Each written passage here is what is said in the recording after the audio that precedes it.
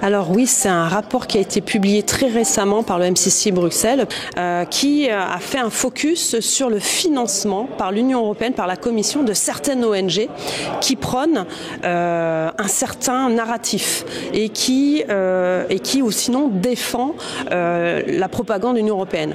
Donc il met dans ce rapport différentes associations ou projets, on appelle ça des projets. Par exemple, il y en a un qui s'appelle NODES. C'est un observatoire de différentes associations, notamment il y a l'AFP France qui est dedans, pour un petit peu regarder ce qu'il se fait dans les plateformes pour détecter certains narratifs, notamment autour du Covid, autour de la migration et autour du changement climatique.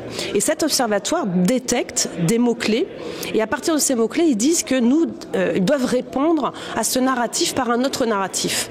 Et donc c'est intéressant de voir que c'est l'Union européenne qui finance à hauteur de là, pour le coup, dans ce rapport, on le voit, à presque 650 millions d'euros, ce type de projet pour contrer, piloter certains narratifs qui nuiraient finalement à la stratégie de l'Union européenne.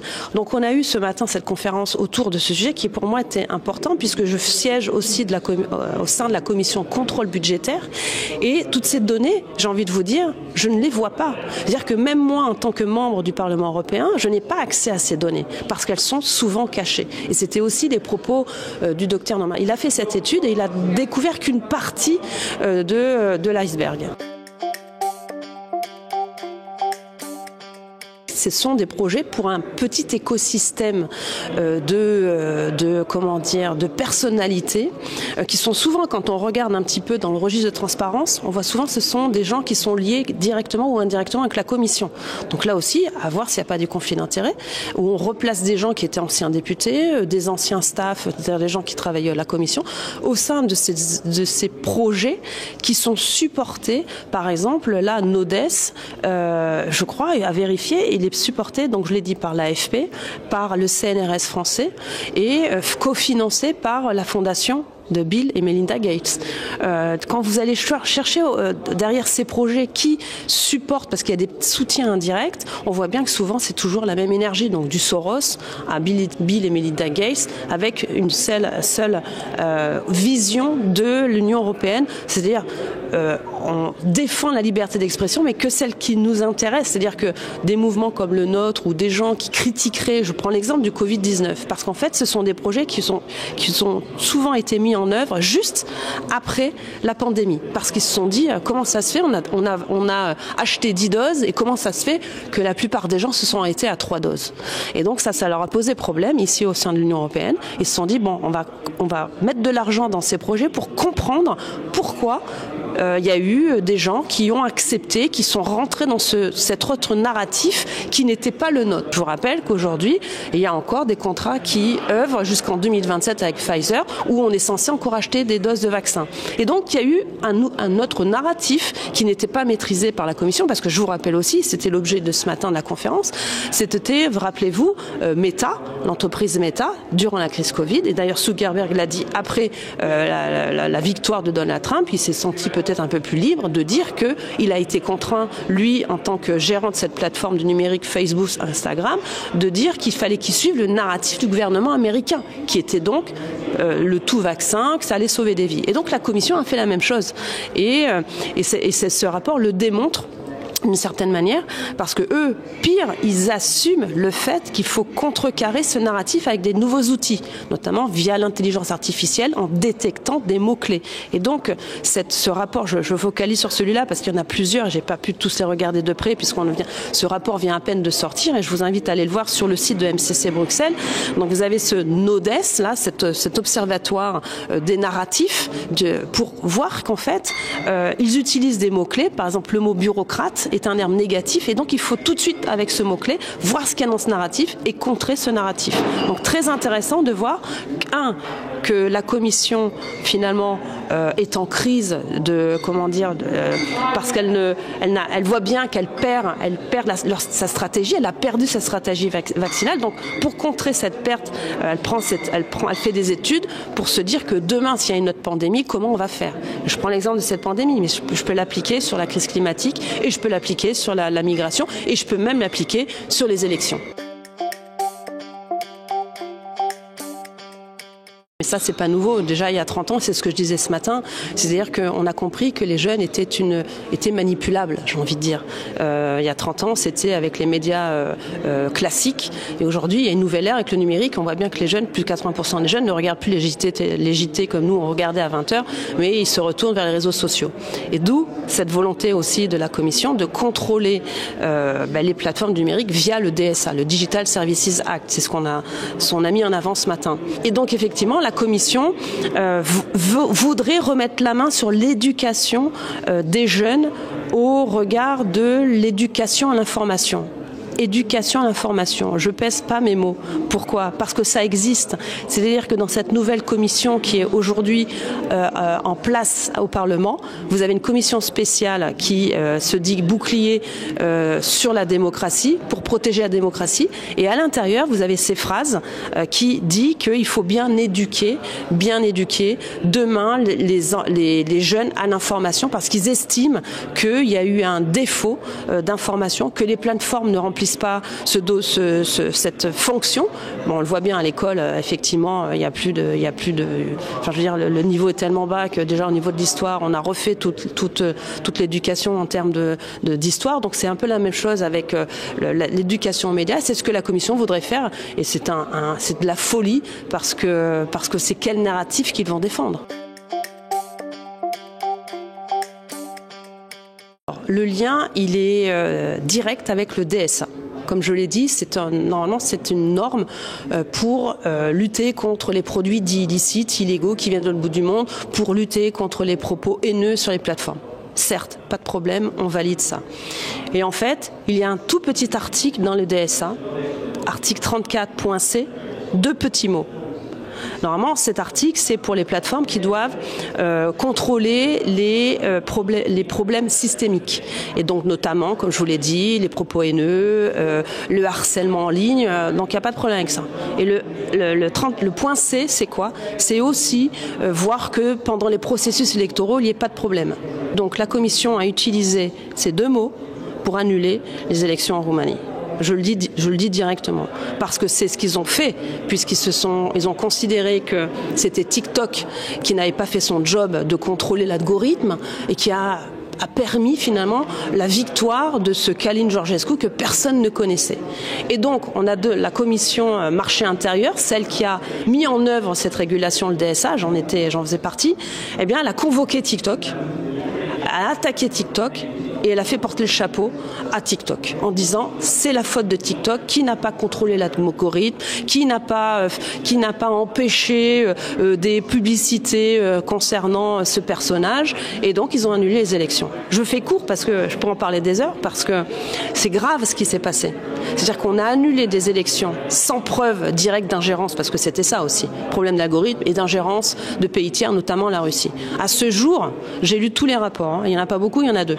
Viginum et le rapport de la Commission de Venise, eh bien, il n'y a rien, il n'y a pas de lien direct. Par contre, ce qu'on a découvert, et là, il n'y a plus personne qui en parle, c'est que c'est le parti au pouvoir, le PNL, le parti du président qui était encore à l'époque président, qui a financé une campagne pour pousser des partis dits d'extrême droite pour finalement l'avoir au second tour. En gros, c'est quoi? C'est-à-dire que, par exemple, vous avez les républicains qui veulent passer au second tour, qui financent sur la plateforme TikTok le parti de Mélenchon et notre parti.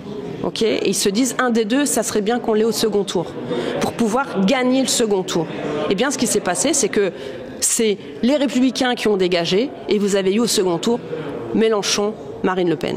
Et ça a été panique panique dans la demeure en Roumanie. Qu'est-ce qu'ils ont dit? On ne peut pas l'accepter, on ne peut pas prendre ce candidat ou l'autre, donc on annule tout et on va utiliser TikTok. C'est ça ce qui s'est passé en Roumanie. Et je le rappelle parce que pour moi, par rapport à tout ce qui a été dit ce matin, je vous l'ai dit, j'ai expliqué que le financement d'ONG, comme je viens de le décrire, c'est pour propager un discours, pour faire accepter aux gens d'épouser cette stratégie et d'aimer finalement cette commission et de voter pour les gens qui défendent ce programme.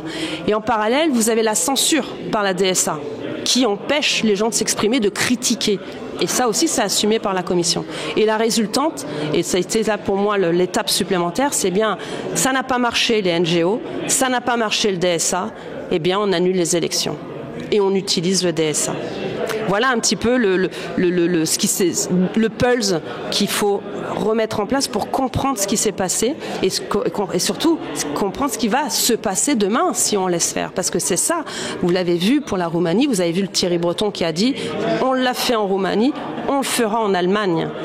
Et ce qui s'est passé au deuxième tour en Roumanie, je veux dire, quand vous avez le patron de Telegram qui dit qu'il a eu des pressions des autorités françaises, je pense qu'il ne l'a pas inventé, parce qu'il a été placé en garde à vue. Donc il sait ce qu'il peut craindre des autorités françaises. Donc il y a une crise, une commission qui est en crise. Parce qu'effectivement, à chaque élection, ils perdent du pouvoir. Ils l'ont perdu là encore aux dernières élections. Je fête ça parce que nous sommes le 11 juin, mais c'était le 9 juin, il y a un an. Nous sommes maintenant les groupes Les Patriotes, la troisième force politique au sein du Parlement européen. Ils sont obligés de faire avec nous. Et ça les dérange.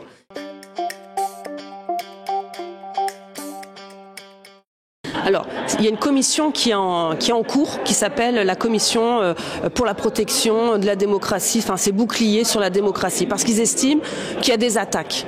En fait, toutes les élections que vous avez vues depuis 2 ans, pour eux, les résultats sont une attaque, comme ils n'acceptent pas finalement le vote du peuple, puisque la plupart de ces résultats démontrent qu'il y a une volonté de partis plus souverainistes, de partis plus à prôner la protection de leurs frontières, de partis qui prônent plus la volonté de sécuriser leurs citoyens plutôt que d'ouvrir à tout le monde.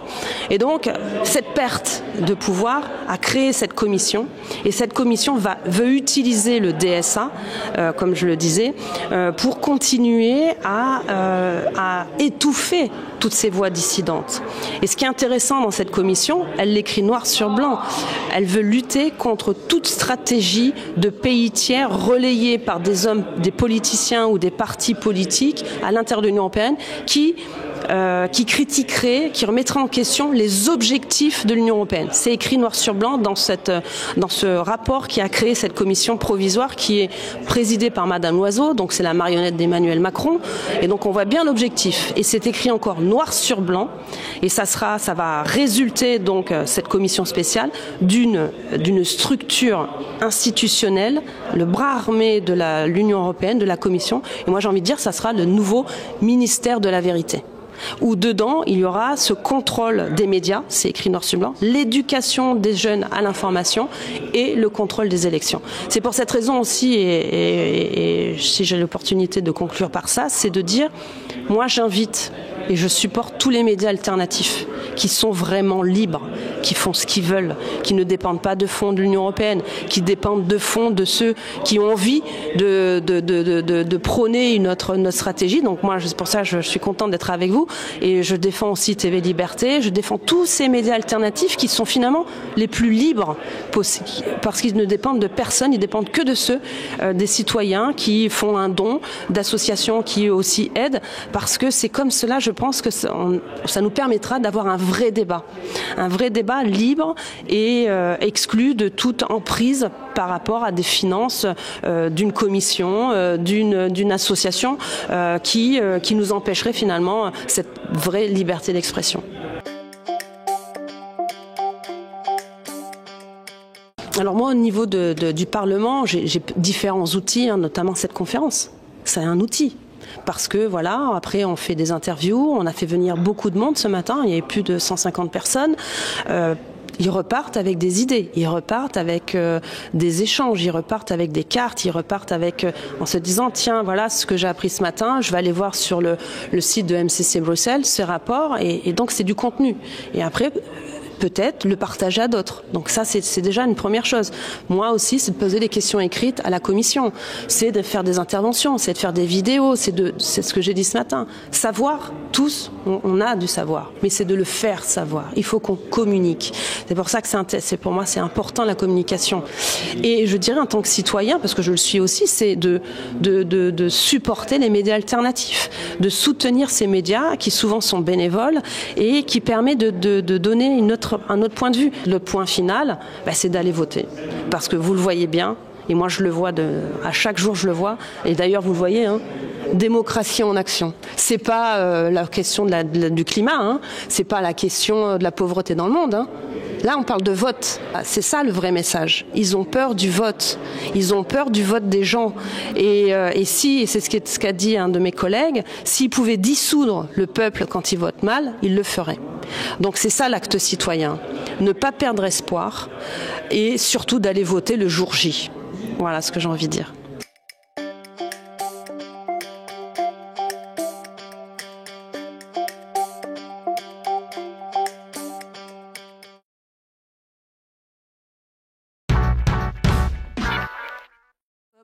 Merci docteur Norman Lewis pour cet excellent rapport et merci à vous tous d'être aussi nombreux. Je vais effectivement m'exprimer en français.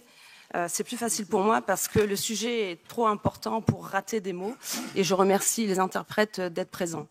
Effectivement, j'ai souhaité organiser cette conférence parce que vous le savez, c'est un sujet que nous avons en commission compte, dont je fais partie et qui a fait couler beaucoup d'encre depuis cette année, avec le rapport, comme Jacob l'a mentionné, le rapport de la Cour des comptes qui met en avant cette problématique de la gestion de la commission qui est floue, qui est non transparente, mais on le savait puisque nous avons aussi eu cette décision de justice contre Madame van der Leyen qui cache ses SMS.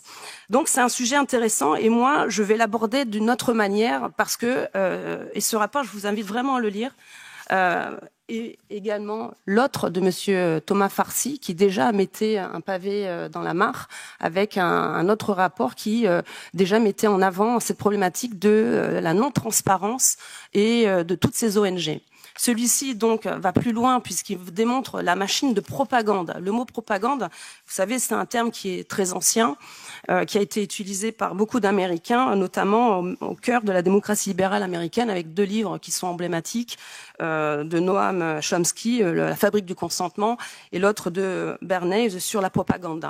Et en fait, un mot qui est plutôt péjoratif est aujourd'hui complètement assumé par la Commission, parce qu'elle a un objectif. Et pour introduction, je vais vous lire un article du Monde diplomatique de 1996, pour vous dire qu'on n'a rien inventé, que la machine, effectivement, de propagande n'a pas fonctionné, puisqu'il y a eu des moments historiques où le peuple a refusé cette machine. Cette machine qui pousse la fédéralisation de l'Union européenne, avec des référendums qui ont dit non à la construction de cette Union européenne et des votes, parce qu'effectivement, la montée, vous l'avez dit, des partis dits populistes fait qu'il y a une réticence à cette construction de l'Union européenne comme Bruxelles le veut. Alors, moi je vais vous lire cet extrait parce qu'il est important, il date de 1996. La communauté européenne du charbon et de l'acier, dans son ensemble et la haute autorité en particulier, dépense des sommes croissantes pour amener des journalistes à suivre les débats de l'Assemblée commune ou à assister à des journées d'études, conférences de presse ou autres manifestations pour convaincre les journaux, et non des moindres. Elle n'hésite pas à prendre à sa charge les frais de voyage des rédacteurs. Elle offre aux mêmes journalistes une indemnité journalière qui couvre largement leurs frais d'hôtel et d'entretien. Des journalistes sont invités à écrire des reportages sur tel ou tel aspect de la CECA ou de son œuvre. L'organisation européenne achète ces reportages et les publie dans des revues moyennant paiement. Rien en effet n'a changé depuis 30 ans dans les relations des institutions européennes avec la presse. Je relis un autre extrait de cet article parce qu'il est vraiment important. Je vous invite, je vous le partagerai parce que tout est écrit et rien n'a changé. Après la signature du traité de Rome en 1957, la doctrine sera peaufinée et durcie. Le service d'information doit poursuivre une action d'ensemble assurant la formation et le développement d'un climat favorable dans l'opinion et une véritable éducation du public en recourant à tous les moyens modernes d'expression. Un groupe de porte-parole est créé en marge du service d'information. Il aura la responsabilité de l'opportunité d'informer et le monopole de l'orthodoxie. Tout était déjà dit en 96. 2 cibles étaient à l'époque prioritaires, et vous l'avez mentionné, et ils sont toujours les mêmes. Les jeunes et les femmes. Les jeunes parce qu'ils sont stratégiquement judicieux d'agir là où la résistance est plus faible.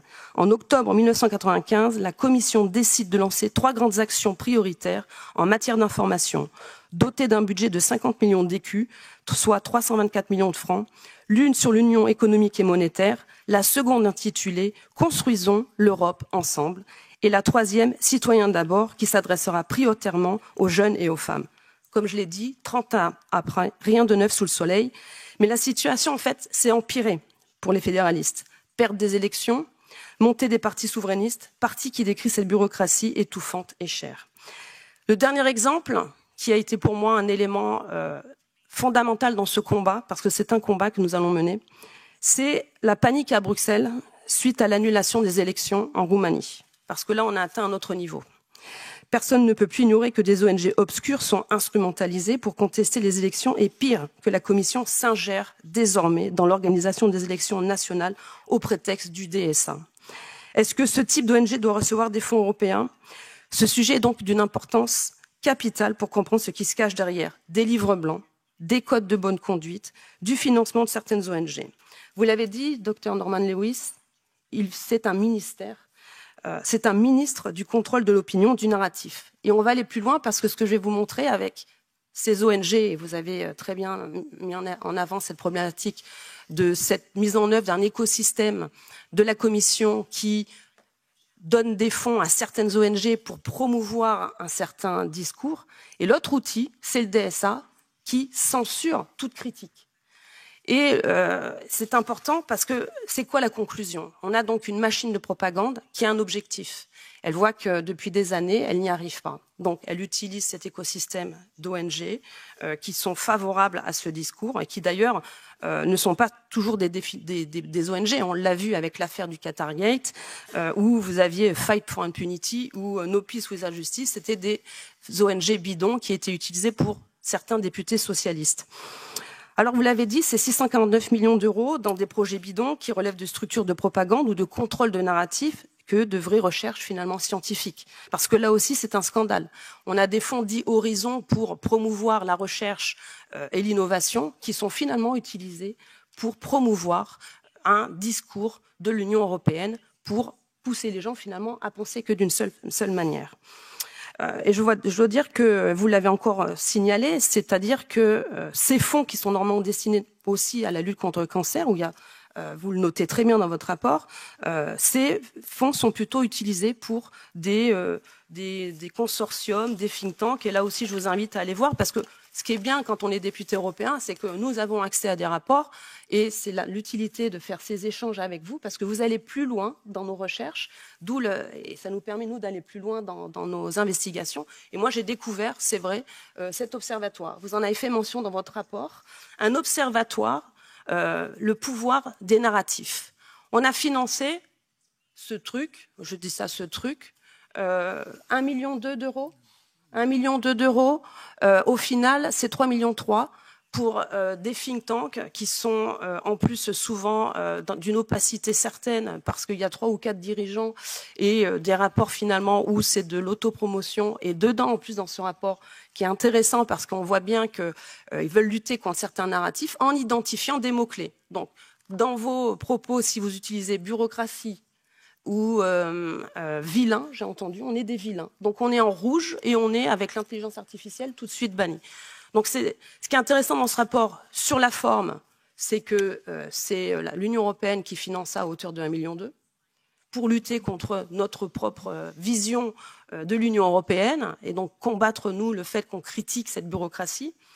Et finalement, pas de contrôle sur ces gens, puisqu'on ne sait pas combien sont rémunérés, non-transparence de ces fonds, parce qu'effectivement, il faut aller plus loin, et vous avez fait ce travail. Et alors que nous sommes en commission compte, nous avons, et ça aussi, c'est important de vous le dire, c'est qu'en commission compte, quand on veut avoir accès à un contrat, nous sommes limités d'accès, c'est-à-dire qu'on n'a droit qu'à avoir un seul contrat, et en plus, on ne peut pas faire d'impression, on ne peut pas faire de photocopie et je ne devrais même pas pouvoir vous en parler. Donc c'est aussi ça la problématique de cette Union européenne, de cette commission qui veut tout contrôler et tout mettre dans l'opacité.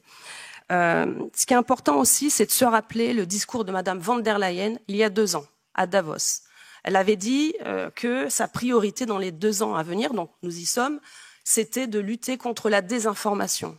Pourquoi je rappelle ce discours? Parce qu'il est clé dans la construction de cet écosystème pour promouvoir un discours et lutter contre des gens comme nous, où on a cette liberté d'expression, où on s'autorise de critiquer l'Union européenne, d'où le DSA, qui est aujourd'hui utilisé par certains députés pour pousser la Commission à aller à contrôler et même parce que la Commission, avec cette commissaire, Madame Henna Virkkunen, a compris que la liberté d'expression était quand même une valeur de l'Union européenne, ce que certains aujourd'hui oublient, parce qu'on a des députés, surtout socialistes, qui veulent aujourd'hui fermer X, fermer TikTok, parce comme il y a un défaut de contrôle et comme il y a cette liberté d'expression, ça les gêne, et comme ils perdent aussi les élections, ça les gêne encore plus, donc ils veulent tout fermer. Et donc c'est intéressant de voir que cette commission, donc vous l'avez vu avec ce rapport, a mis en œuvre un écosystème pour promouvoir ce discours. Ça ne fonctionne pas, on l'a vu depuis 30 ans, ils ont essayé de le faire avec les médias, ça n'a pas fonctionné. Aujourd'hui, on essaye de le faire sur l'ère du numérique, puisque vous avez bien compris que nos jeunes ne regardent plus comme nous la télévision et sont sur Snapchat, sur TikTok. Et c'est vrai que nous, hommes politiques, nous utilisons ces réseaux sociaux, mais pourquoi aussi? Parce que beaucoup de médias mainstream ne nous invitent pas. Je sais que Tom va pouvoir en parler. En Belgique, ils ne sont pas du tout invités. Ils ont même décidé de ne pas les inviter sur les plateaux. Donc c'est aussi ça, la liberté dite d'expression dans l'Union européenne, totalement assumée par certains journalistes. Et donc nous avons cet outil, l'ère du numérique, qui est aujourd'hui mis comme en avant par certains dits libéraux pour nous limiter dans cet accès à la liberté. Donc on utilise le DSA, et vous l'avez très bien rappelé, c'est Digital Services Act, et qui est devenu un Digital Surveillance Act. Ce Digital Services Act, il a été négocié dans une commission qui s'appelle Marché intérieur.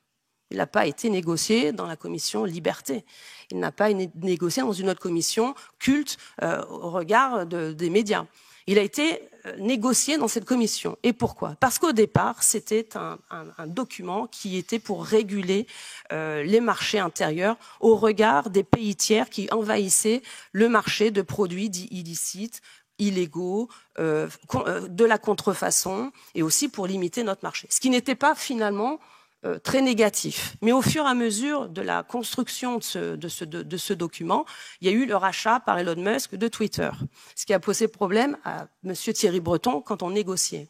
Et au fur et à mesure de l'écriture de ce dossier, on a bien vu qu'il y avait des amendements qui ont poussé à refaire le texte pour limiter la liberté d'expression, avec notamment les signaleurs de confiance. Vous en parlez dans votre rapport. Qu'est-ce que c'est des signaleurs de confiance?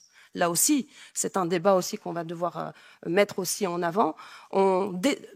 Des autorités nationales, donc ici en France c'est l'ARCOM, vont décider qui va pouvoir signaler à la Commission ce qui est bien ou pas bien dans vos propos sur les réseaux sociaux. Je vais vous donner une anecdote.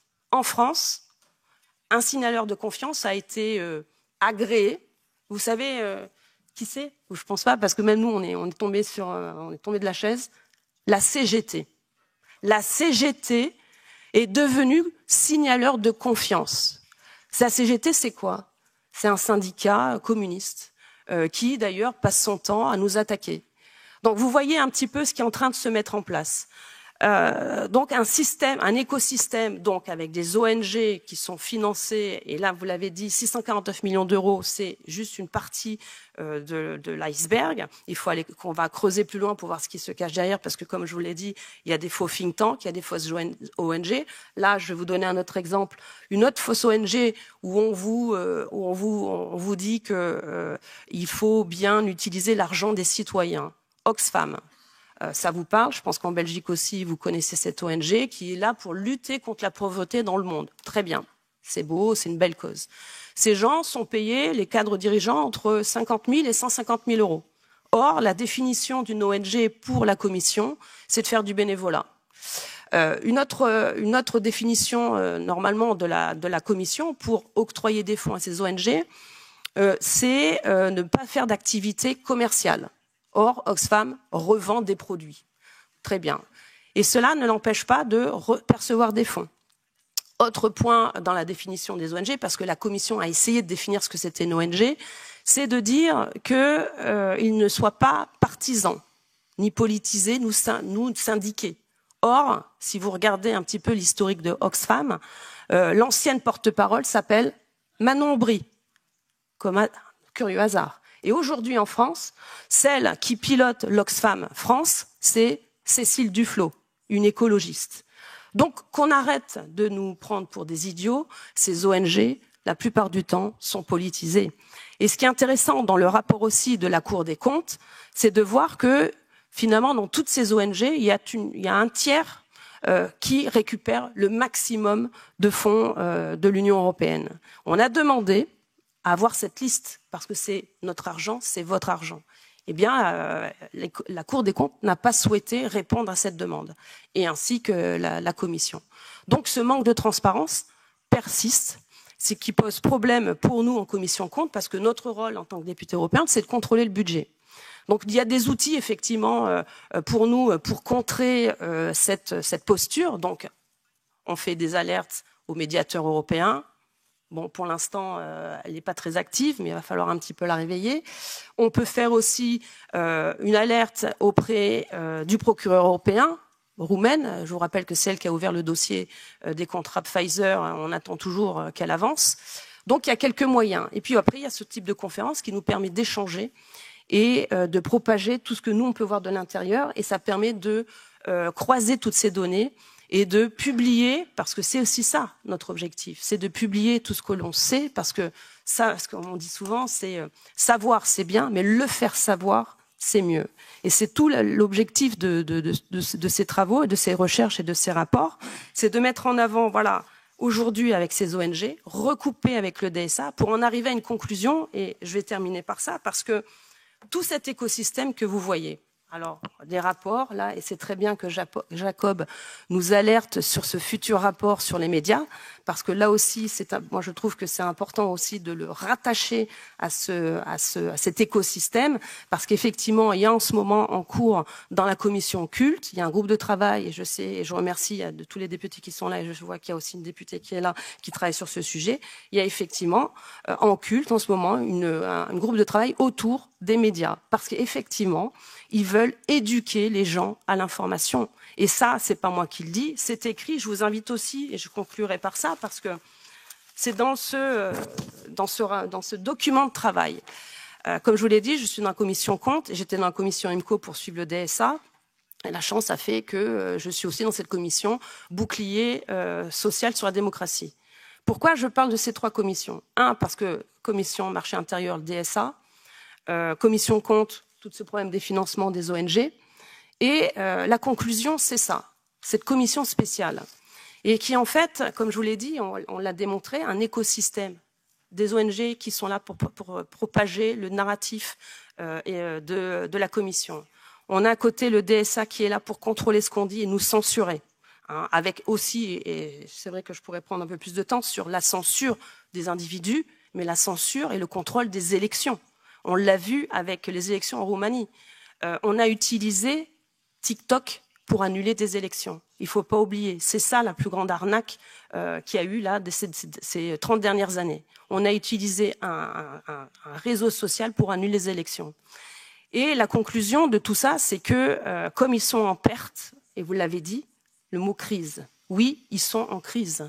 Quand Madame von der Leyen, il y a 2 ans, elle dit que la priorité, le premier des dangers, c'est pas la crise climatique, c'est pas la fin dans le monde, c'est la démocratie, c'est parce qu'ils ont compris une chose, c'est que le peuple ne voulait pas de ce narratif. La montée à chaque élection des partis dits souverainistes démontre que les gens ne veulent pas de ce discours. Et donc, pour contrer, parce qu'effectivement, en face, ils ne souhaitent pas, ils veulent nous contrer, donc ils utilisent tous les moyens du bord. Moi, je fais une aparté. En France, on empêche on empêche Marine Le Pen d'accéder au pouvoir. Donc on prend tous ces outils pour nous empêcher d'accéder au pouvoir. Et donc pour conclure, puisque c'est l'objet aussi de cette petite présentation, c'est que la commission UDS, quand vous avez donc, comme je vous l'ai dit, propagande, contrôle de la censure, eh bien vous avez à la fin la mise en place d'une structure dite indépendante via la commission spéciale du bouclier de la démocratie pour la commission. Donc une nouvelle compétence à venir de la commission pour contrôler les médias et contrôler les partis politiques et les futures élections.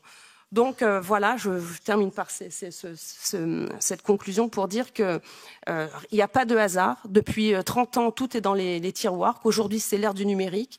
Donc effectivement, avec le DSA, la volonté de contrôler nos discours. Et puis, comme le père du pouvoir écrit, la volonté de créer une structure dite indépendante de la Commission, mais qui ne le sera pas. Je vous remercie.